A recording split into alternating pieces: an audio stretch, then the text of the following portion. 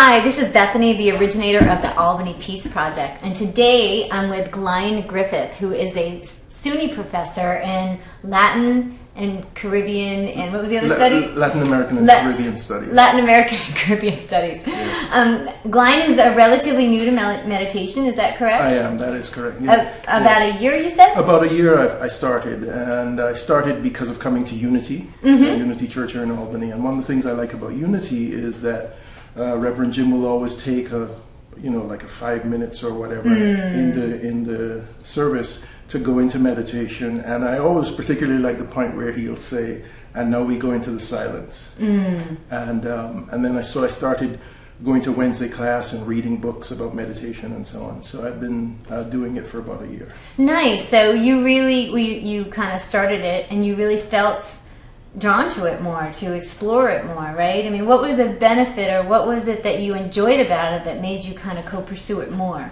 Well, the first thing I enjoyed about it, and of course at first it was difficult, and it still is difficult sometimes, but one of the things I had to learn is that when the thoughts flood in, to sort of just let them go and not let it kind of make you frustrated and think that it isn't working.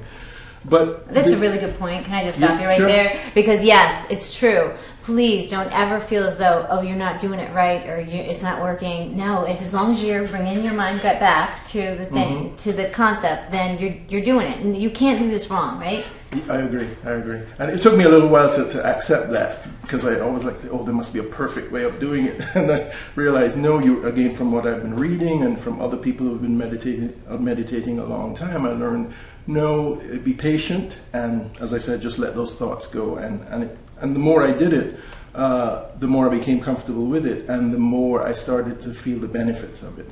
Like what? Well, I would say the first benefit is that I try to do it a minimum of once a week, at least once a week, so that there's once a week that I can get this guarantee that no matter the deadlines and how hectic my life is, that there's going to be one space in a week that I'm going to be quiet and calm. Nice. I'm not worried about deadlines or whether I forgot to do this or how much time I have to do that. Nice. Right? So just having that was already a benefit. And then I found myself looking forward to it. Wow. So sometimes if I'm like at work and really busy and stuff and I feel like, oh, I'm losing my mind, I can, but you're going to meditate sometime this week, at least once this week. Oh, nice. So I started looking forward to it.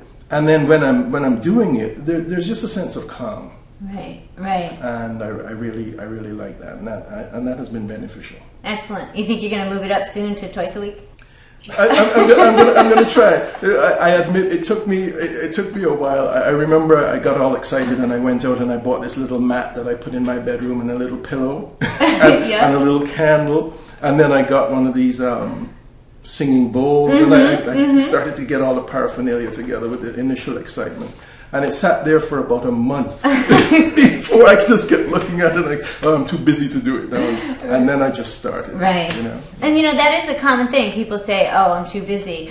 My goodness, I found that when I'm busy is when I need to do it the most. Yeah. Because it kind of pulls our spirit in, doesn't it? It does. It does. And one of the things I noticed too is that even though I'm always thinking, and sometimes I drift, and actually sometimes I feel as though I'm falling asleep, or I'm about to fall asleep, and that's when I know, okay, it's a calming moment. And one of the things that has helped with, you asked about benefits, sometimes at night, because for years I found, when I go to bed and I go to sleep, sometimes I'm tired and I need to sleep, but my mind is still racing. Good point. And what the meditation has taught me is that now when that happens, because I would have insomnia as a result. Right. Now when that happens, I sort of deep breathe, and it's almost like I go into the meditating thing, but to go to sleep. Nice. And then I calm my mind and I go to sleep. And I don't have insomnia like I used to. Right. And I don't have to take any sleeping pills or anything like that.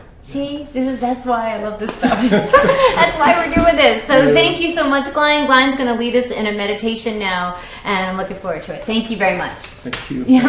Definitely.